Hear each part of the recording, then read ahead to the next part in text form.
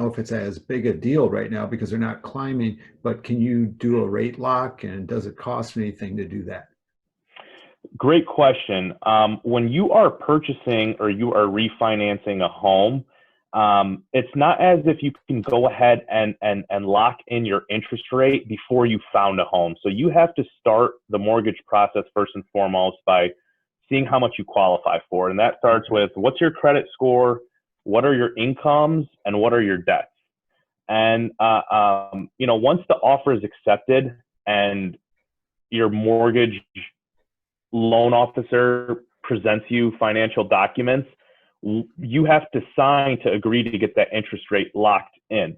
Now, on the other hand, there is programs where, let's say you are paying a contractor to build a home, or said contractor is going to build that home for you, and then you're going to receive you're going to receive a mortgage later. You can lock in your interest rate for up to 270 days, which comes out to 9 months on a new built refinance. Okay. So you need to own the land. That's the first that's the first and foremost on that program to lock it for 270 days. But once you own the land, you can have a construction loan from a bank or a private investor, and that will allow you to start the mortgage process with a mortgage company, and therefore you can lock in for 270 days. Now, the kicker to that is whatever the origination fees are, and I could speak a little bit later of what origination is. Right. Those origination fees have to be paid up front when you are locking in your interest rate for 270 days on a new build.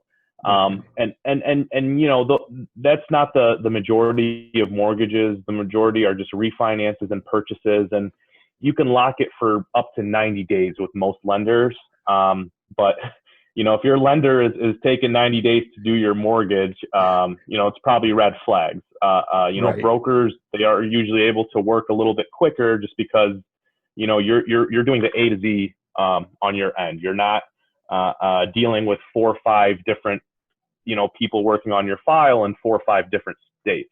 And some of the larger companies, that's exactly what happens, is they have a processing team in Michigan and sales team in Pennsylvania, and as you get to different steps of the process, you're constantly talking to someone differently. But most brokers, they're 1 to 10 employees.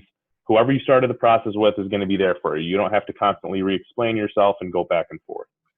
Okay. One thing I forgot to ask you about, because you brought up the build, and with me also being an investor, as far as a down payment for an investor loan, what do you look for that? Because generally it's going to be a little bit more.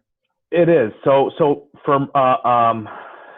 investment homes and lenders will constantly email me throughout the day and say, this program now available on investment homes. So, just because someone might tell you, it's 5 or 10% that you need for your specific loan, that's not set in stone.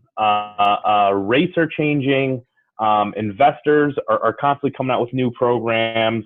But the last time I checked, 25% was really what they wanted for multi-tenant investment. Plexes, multi-tenants, 25% down is what it's at right now. But at the same time, there's different circumstances. If you wanted to do an investment property where you're rehabbing, they have different loan programs that can vary from 5% down to some programs in Detroit are you can get financing for almost nothing down Okay. if you meet those specific credentials.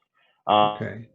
So that's why I always advise go with the brokers, because based on what you want to do, whether it's an investment property that's already